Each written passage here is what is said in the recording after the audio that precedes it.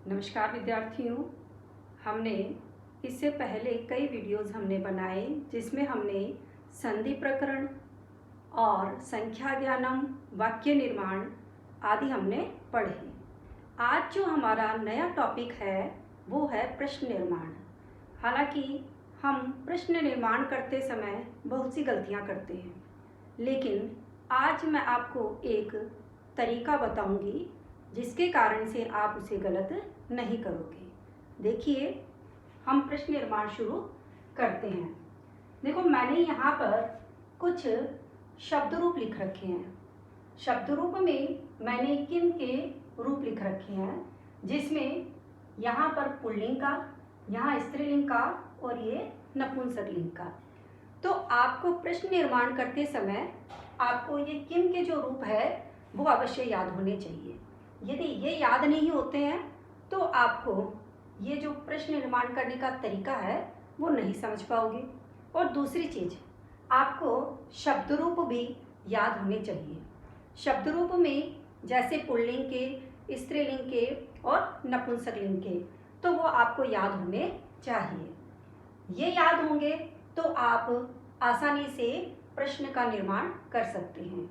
देखो, हम एक उदाहरण के द्वारा इसको समझते हैं, फिर आपको पता लग जाएगा कि इसको कैसे क्या बनाते हैं। देखिए, मैंने यहाँ पर कुछ उदाहरण लिख रखे हैं। इन उदाहरणों को इनके ऊपर किस तरीके से लागू करते हैं वो हमें देखना है कि हम ये किम के रूप क्यों लिख रहे हैं, हम इनको क्यों याद करें। तो देखिए, यहाँ पर पहला जो वाक्य लिखा हुआ है वो लिखा हुआ है बुद्धिमती। बुद्धिमती चपेटया, बुद्धिमती चपेटया पुत्रौ प्रहरतवती। अब यहाँ पर कई बार क्या होता है कि हम वाक्य का जो अर्थ होता है वो भूल जाते हैं, लेकिन हमें ध्यान रखना है कि जिस वाक्य में जिस शब्द के नीचे हमने अंडरलाइन कर रखी है, जैसे एग्जाम में ये दे दे कि बुद्धिमती चपेटिया पुत्रो प्रहृतवती। अब हमें इसको मानो कि इसका अर्थ हमें नहीं आ रहा, लेकिन फिर भी हम इसको सही करेंगे। कैसे करेंगे? यहाँ पहले हमें इसको देखना है कि ये शब्द रूप में कौन से वचन में आता है, कौन से विभक्ति में आता है और कौन से लिंग में आता है। तो हम चपेटिया जो शब्द है वो हम देखते हैं। देखो, ये पहले देखो इसमें कौन से लिंग में आता है। ये आया हमारा स्त्रीलिंग में।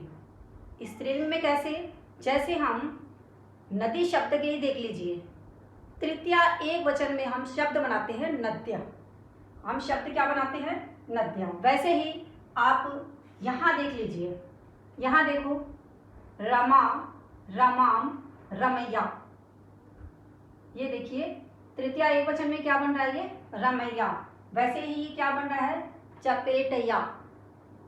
तो ये तृतीया विभक्ति एक वचन का आ गया।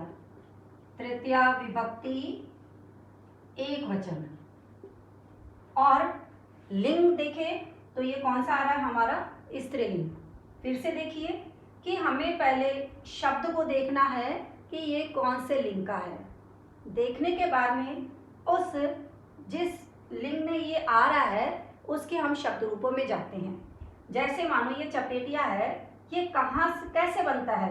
तो यहाँ देखो तृतीया विभक्ति में देखो रमैया, वैसे ही चपेटया ऐसे बन रहा है। तो यहाँ पर ये तृतीया विभक्ति का आ गया। अब हमें पता लग गया कि ये किसका है? स्त्रीलिंग का है। तो स्त्रीलिंग वाले में आप क्या करोगे? स्त्रीलिंग वाले शब्द रूपों में जाओगे। किसके? किम के शब्द रूप। तो किम वाले में ये तो सब है क्या हमारा? पुल्लिंग का। ये सब है स्त्रीलिंग का। और यहाँ पर देखो, मैंने नपुंसकलिंग की 2 लाइनें लिखी है, उसके बाद में लिखा है शेष पुल्लिंगवत, अर्थात तृतीया, चतुर्थी, पंचमी, षष्ठी और सप्तमी इनमें पुल्लिंग की ही तरह बनेंगे। ये केवल 2 लाइनें चेंज होती है, बाकी पुल्लिंग की तरह बनती हैं। तो अब ये हमने ये चीज़ें निकाली है, ये इन पर कैसे लागू करें? तो ध्यान से देखना। सबसे पहले हमने लिखा स्त्रीलिंग, हम स्त्रीलिंग में चले गए। फिर हमने लिखा तृतीया विभक्ति, तो तृतीया विभक्ति में जाओ, प्रथमा, द्वितीया और एक ये तृतीया, इसमें तृतीया में चले गए। अब वचन देखो, वचन क्या लिखा हुआ है, एक वचन, तो यहाँ पर ये रहा हमारा एक वचन। तो एक वचन में क्या लिखा हुआ है, ये कया, क्या लिखा हुआ है यहाँ पर, कया। तो अब हमें इस चपेट या के स्थान पर हमें क्या लिखना है, कया शब्द लिखना है। कया शब्द क्यों लिखेंगे, क्योंकि हमें इसको देखना है और इसकी तरह लगाना है, पहली चीज। फिर इसको पूरा कैसे करें, तो देखो ये वाला शब्द है, ऐसा कैसा लिख दो, जो लिखे हुए हैं वैसे लिख दो। यहाँ पर इसको जैसे अंडरलाइन किए वैसे कर दो। लेकिन अभी भी ये क्वेश्चन गलत है, क्यों, क्योंकि जब तक हम प्रश्न निर्माण कर रहे हैं, प्रश्नवाचक चिन्ह नहीं लगाते हैं, तब तक ये गलत माना जाता है। और उदाहरण देखिए, जैसे ऊपर हमने लिखा व्याघ्रम दृष्ट्वा धूर्तम श्रृगालय अवतत। अब हमें वही चीज अर्थ आता है तब तो हम लोग बहुत आसानी से कर सकते हैं, लेकिन जब अर्थ नहीं आता है तो हमारे पास यही तरीका शेष रहता है। तो यहाँ शब्द देखो, ये जो सेकंड लिखा हुआ है उसमें हमने एक शब्द लिख रखा है व्याघ्रम। अब यहाँ वो ही चीज निकालो, पुल्लिंग, स्त्रीलिंग, नपुंसकलिंग। तो हमने यहाँ पर क्या निकाला है, व्याघ्र। देखो व्याघ्र शब्द होता है वो क्या होता है, पुल्लिंग का होता है। अब वो ही विभक्ति देखो और वचन देखो। अब विभक्ति में देखो, राम जो शब्द होता है, राम की आप विभक्ति बोलती हो तो राम है, रामो, रामः, रामम, वैसे ही क्या लिखा हुआ है ये व्याघ्रम। तो क्या आया, ये विभक्ति कौन सी आई, द्वितीय विभक्ति। और वचन कौन सा आया, एक वचन। अब वो ही जो पुल्लिंग है, आप पुल्लिंग में, ये पुल्लिंग रहा हमारा। अब विभक्ति हमने देखी, तो विभक्ति कौन सी है, द्वितीय विभक्ति। वचन कौन सा है, एक वचन। तो हमारा ये वाला जो शब्द है वो निकाल लेते हैं। तो यहाँ पर व्याघ्रम दृष्ट्वा धूर्तम श्रृगालय अवतत, कि यहाँ पर देखो व्याघ्र को देखकर धूर्त श्रृगाल बोला या कहा। अब हमें अर्थ नहीं आ रहा, कोई बात नहीं, लेकिन हम इस शब्द को देखकर हम प्रश्न का निर्माण कर सकते हैं। तो हम यहाँ पर व्याकरण के स्थान पर हम क्या लिखेंगे, कम। क्या लिखेंगे यहाँ पर, कम लिखेंगे। और वो ही दृष्ट्वा धूर्तम श्रृगालय अवतत, और लास्ट में लगाएंगे हम प्रश्नवाचक चिन्ह। इस तरीके से आप इसको बिल्कुल सही कर सकते हो। तीसरे नंबर का देखिए, लिखा हुआ है, देखो कुछ एक शब्द ऐसी हैं जो यहाँ पर लागू नहीं होंगे। जैसे हमारे पास कोई संख्या आ गई, अब संख्या में आप शब्द क्या लिखोगे, कति शब्द लिखोगे। क्या लिखोगे, कति। कब लिखोगे, जब क्या आ गई, कोई संख्या आ गई। संख्या से मतलब है कि आपकी जो काउंटिंग लिखते हो, गिनती लिखते हो, वो आ गई। एक, दो, इस तरीके से तीन, चतुर, पंच, इस तरीके से ये कि हमारी गिनती आ जाती है। दूसरी, जब कोई समय सूचक आए, कोई समय सूचक मतलब कोई समय बताया वो हो, टाइम बताया वो हो, तो यहाँ पर क्या आएगा, कदा। तीसरी चीज, जैसे कोई शब्द आ गया कैसा, वह कैसा है, किस प्रकार का, इस तरीके से कोई शब्द वाक्य में कोई शब्द आ जाता है, तो वहां पर हम क्या बनाते हैं, नपुंसकलिंग जो होता है वहां तो हम लिख देते हैं कीदृशम।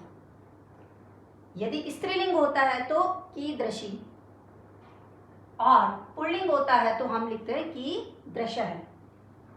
होता अर्थ यही है, लेकिन ये किसके लिए आया, नपुंसकलिंग के लिए, और ये हमारा पुल्लिंग के लिए, और ये आ जाएगा कीदृशी, ये हमारा आ गया स्त्रीलिंग के लिए। अब ये चीज इनसे थोड़ी सी हटकर हो गई, इनको आप इस तरीके से याद कर सकते हैं। देखिए इनका भी हम यहाँ पर एग्जाम्पल देखेंगे, उदाहरण देखेंगे। देखिए 3 नंबर का देखिए, श्रृगालेन पुरा त्रयः व्याघ्रः आनीय दत्ता। अब यहाँ पर हमें वही, जैसे हमने ऊपर कहा कि इसमें हमें अर्थ नहीं आ रहा, कोई बात नहीं, लेकिन हम ये छोटे छोटे जो शब्द लिखे हुए हैं यहाँ तक तो हम लोग थोड़ा बहुत जान सकते हैं कि ये कोई संख्या आई है क्या आई है। जैसे यहाँ पर जो शब्द लिखा हुआ वो लिखा हुआ है त्रय है। अब त्रय है वही क्या आ गई, संख्या आ गई। तो संख्या आने पर कितनी भी संख्या आए तो वहां पर आप क्या करोगे, कति शब्द लिखोगे। कति यानी कितने, कति यानी कितने। तो यहाँ पर इसके स्थान पर आप लिख दो कति। कि श्रृगाल ने पहले 3 व्याघ्र लाने के लिए दिए। तो यहाँ पर कितने, कितने श्रृगाल, तो कितने का मतलब है कि यहाँ क्या लिखोगे 3। अब आपको वही है, अर्थ नहीं आ रहा है तो आप सीधा लिख दो कति, और लास्ट में आप क्या लगा दोगे, प्रश्नवाचक चिन्ह। ये मैं बार बार मैं आपको प्रश्नवाचक चिन्ह के लिए इसलिए कह रही हूँ कि जब तक आप प्रश्नवाचक चिन्ह नहीं लगाओगे वो आपका जो प्रश्न है वो अधूरा माना जाएगा। इसी तरीके से और देखिए, राजसिंहस्य भार्या बुद्धिमती आसीत। अब इसमें शब्द जो लिखा हुआ है वो लिखा हुआ है बुद्धिमती। क्या लिखा हुआ है, बुद्धिमती। अब बुद्धिमती हमें वो ही इसके अकॉर्डिंग चलना है। कैसे, बुद्धिमती शब्द है वो देखो पुल्लिंग में आ रहा है, स्त्रीलिंग में आ रहा है या नपुंसकलिंग में आ रहा है। तो हमें पता लग गया बुद्धिमती मतलब स्त्रीलिंग का शब्द, ये स्त्रीलिंग का शब्द हमने लिख दिया। ठीक है, अब यहाँ पर वो ही निकालो, एक वचन का है, विभक्ति कौन सी है। तो हमें पता लग गया कि जैसे हम नदी शब्द करते हैं तो नदी शब्द में हम शुरू में ही क्या लिख देते हैं, नदी लिख देते हैं। तो वैसे ही ये क्या आ गया, प्रथमा एक वचन, क्योंकि स्टार्टिंग में सबसे पहला जो नाम होता है वो ही आता है यहाँ पर। तो बुद्धिमती जो शब्द है वो प्रथमा एक वचन का आया है और स्त्रीलिंग का आया है। तो स्त्रीलिंग वाले में जाओ और प्रथमा में और एक वचन वाले में चले जाओ। ये देखो एक वचन वाला चल रहा है तो यहाँ शब्द क्या आ जाएगा हमारा का। तो इसके स्थान पर आप क्या लिखोगे, वो ही शब्द लिख दो का, और लास्ट में लगा दो आप प्रश्नवाचक चिन्ह। तो यहाँ पर जैसे जैसे शब्द आ रहे हैं, जिस विभक्ति में आ रहे हैं, जिस लिंग में आ रहे हैं, जिस वचन में आ रहे हैं, तो आप उस किन के रूप वाले में उसी तरीके से आप चले जाओ। और देखो, जैसे हमने एक शब्द लिखा है अरय। क्या शब्द लिखा है, अरय। अब इसको किस तरीके से बनाएं, तो वहीं पर आप, इसका मूल शब्द अरि होता है, अरि यानी शत्रु। अब यहाँ पर जो अरय लिखा हुआ है वो कौन सी विभक्ति, वचन, लिंग, वो ही आपको देखना है। अब यहाँ देखो ऐसे नहीं, अरि शब्द आया तो आप हरि शब्द को देखिए, हरि हरि हरय। तो हमारे हरय शब्द जो आता है वो लास्ट में क्या आ रहा है, य और विसर्ग, तो ये ही इसी तरीके से आ गया। तो पहले हमें पता लग गया कि ये कौन सा है, पुल्लिंग का शब्द। और वचन कौन सा होगा, यहाँ पर देखो हरि हरि हरय है, तो वचन कौन सा होगा, बहुवचन। विभक्ति कौन सी हुई, प्रथमा, तो क्या हुआ, प्रथमा बहुवचन। क्या बना ये, प्रथमा बहुवचन। अब आपने ये वाली चीज निकाल ली तो आप सीधे यहाँ किम वाले रूप में, जैसे जैसे मैंने लिखा है आप वैसे वैसे उस जगह पर पहुंच जाओ। तो यहाँ मैंने क्या लिखा, जैसे पुल्लिंग लिखा, हमने यहाँ पर ये वाले पुल्लिंग के रूप लिख रखे हैं। ठीक है, हम पुल्लिंग वाले रूप में चले गए। फिर क्या लिखा हुआ है, ये विभक्ति कौन सी है, प्रथमा, तो आप कहाँ जाओगे, ये प्रथमा में चले गए। पहली चीज हो गई, दूसरी चीज हो गई। अब तीसरी देखो, यहाँ क्या लिखा है, वचन। अब वचन कौन सा लिखा हुआ है, बहुवचन, तो देखो एक वचन, द्विवचन, और ये क्या लिखा हुआ है, बहुवचन। तो यहाँ पर क्या आ जाएगा कि, तो सबसे पहले शब्द को देखो, शब्द कौन से लिंग में आ रहा है वो देखो, देखने के बाद में कौन से पुरुष में आ रहा है उसको देखो, और कौन से वचन में आ रहा है उसको देखने के बाद में ये तीनों चीजें हमारे किम के जो रूप लिखे हुए हैं उन पर आप लागू कर दो। आपका प्रश्न जो है वो सही तरीके से बन जाएगा। अब देखो, व्यायामम पूर्वतः विरुद्धम भोजनम अपि परिपच्यते। हमने शब्द लिखा विरुद्धम, कि व्यायाम करने से विरुद्ध भोजन भी पच जाता है। ये तो चलो हमें अर्थ आ रहा है, लेकिन नहीं आए तो हम थोड़ा थोड़ा तो अर्थ, जैसे सिंपली यहाँ पर लिखा हुआ है तो हम लोग इसको पढ़ सकते हैं कि यहाँ पर हम यदि इसको प्रश्न बनाए तो हिंदी में कैसे बनाएं कि व्यायाम करने से कैसा भोजन भी पच जाता है। तो यहाँ शब्द क्या आया? कैसा। ये नपुंसक विरुद्धम कैसा लिखा हुआ है? ये नपुंसक लिंग का लिखा हुआ है। तो नपुंसक लिंग में आप कैसा भोजन, तो यहाँ क्या लिख दोगे? कीदृशम। तो शब्द यहाँ पर विरुद्धम के स्थान पर क्या आ जाएगा? कीदृशम। कि कैसा भोजन व्यायाम करने से पच जाता है। तो कैसा आया? तो कैसा भोजन, विरुद्ध भोजन भी क्या होता है? पच जाता है। और लास्ट में आप लगाओगे प्रश्नवाचक चिन्ह, और जो शेष बचा हुआ है वो आप एज इट इज लिख दोगे, जैसा है वैसा का वैसा आप इसमें लिख दोगे। नेक्स्ट देखो, उभौ शवम चत्वरे स्थापित बंतो। अब चत्वरे शब्द हमने देखा, चत्वरे चौराहा। अब यहाँ पर देखो कोई स्थानवाचक कोई शब्द आ गया। अब स्थानवाचक कोई शब्द आ जाता है तो आप कैसे करते हो? स्थान मतलब कोई जगह, जगह का मतलब क्या हो जाता है कि कहाँ, कि दोनों ने शव को चौराहे पर स्थापित कर दिया। कहाँ कर दिया? चौराहे पर। एक जगह आ गई। तो एक जगह आने पर देखो यहाँ पर हमारा एक स्थान सूचक शब्द छूट गया। देखो जगह आती है, स्थान कह दो या फिर जगह कह दो, तो फिर आप उसके स्थान पर क्या लिखोगे? कुत्र। कुत्र यानी कहाँ। जैसे हम कहते हैं आप कहाँ रहते हो, तो हम कहते हैं हम यहाँ रहते हैं। तो यहाँ पर दोनों ने शव को कहाँ रख दिया? दोनों ने शव को चत्वरे पर स्थापित कर दिया या रख दिया। चत्वरे मतलब चौराहे पर रख दिया। तो यहाँ स्थानवाचक आ गया। स्थान सूचक शब्द आने पर आप क्या लिखोगे? यहाँ पर आप लिखोगे कुत्र, और लास्ट में प्रश्नवाचक चिन्ह। और ये वाली जो चीजें बची हुई हैं वो आप ऐसे के ऐसे पूरा लिख देना, और लास्ट में आप लगा दोगे प्रश्नवाचक चिन्ह। तो फिर से देखिए, प्रश्न निर्माण करते समय आपको उस शब्द विशेष पर ध्यान देना है कि वो शब्द विशेष है वो कौन से लिंग, कौन से वचन और कौन से विभक्ति में आ रहा है। आप उनको 3 चीजें लिखने के बाद में आप किम वाले रूप में वैसे के वैसे चले जाओ। जैसे लिंग है, पुल्लिंग का आ रहा है या स्त्रीलिंग का आ रहा है या नपुंसक लिंग का आ रहा है, आप उसी की तरह चले जाओ। या फिर आपको इस तरीके से नहीं आता है तो आप शब्द रूपों में जहां पर वो शब्द आ रहा है, जितने नंबर पर आ रहा है आप उतने नंबर पर चले जाओ। जैसे यहाँ पर, जैसे हमारा ये वाला शब्द है चपेटिया। अब ये चपेटिया शब्द लिखा हुआ है, वो देखो कितने नंबर पर आ रहा है। इधर देखो 1 2 3, ऐसे करते हो तो 3 नंबर पर आ रहा है ना। अब 3 नंबर पर आप किस में चले जाओगे? स्त्रीलिंग का आ रहा था तो 3 नंबर पे चले जाओ, 1 2 और 3। ये देखो पहले का शब्द का क्या बन जाएगा? कया।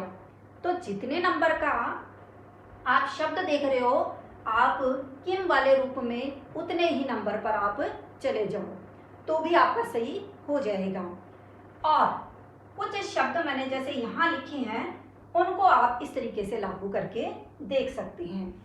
आपको प्रश्न निर्माण करके एक बार आप इसको देखो कैसे बनाते हैं, यहाँ पर ये समझ आता है या फिर यहाँ पर आप शब्द रूपों को देखकर और इसके ऊपर लागू करके देखो बनता है या नहीं बनता। क्योंकि यदि आप सही मायने में बनाना चाहते हो तो आपको शब्द रूप ये अवश्य याद होने चाहिए। यदि शब्द रूप याद है तो 100% बनेगा। शब्द रूप याद नहीं है तो फिर आप कुछ गलतियां कर सकते हो, क्योंकि शब्द रूप के अलावा केवल आपके कुछ गिने चुने शब्द हैं जो मैंने आपको बता दिए हैं। आप प्रश्न निर्माण के उदाहरण हैं वो आप बना के देखिए कि और आप वीडियो कैसा लगा वो आप अवश्य बताइए। धन्यवाद।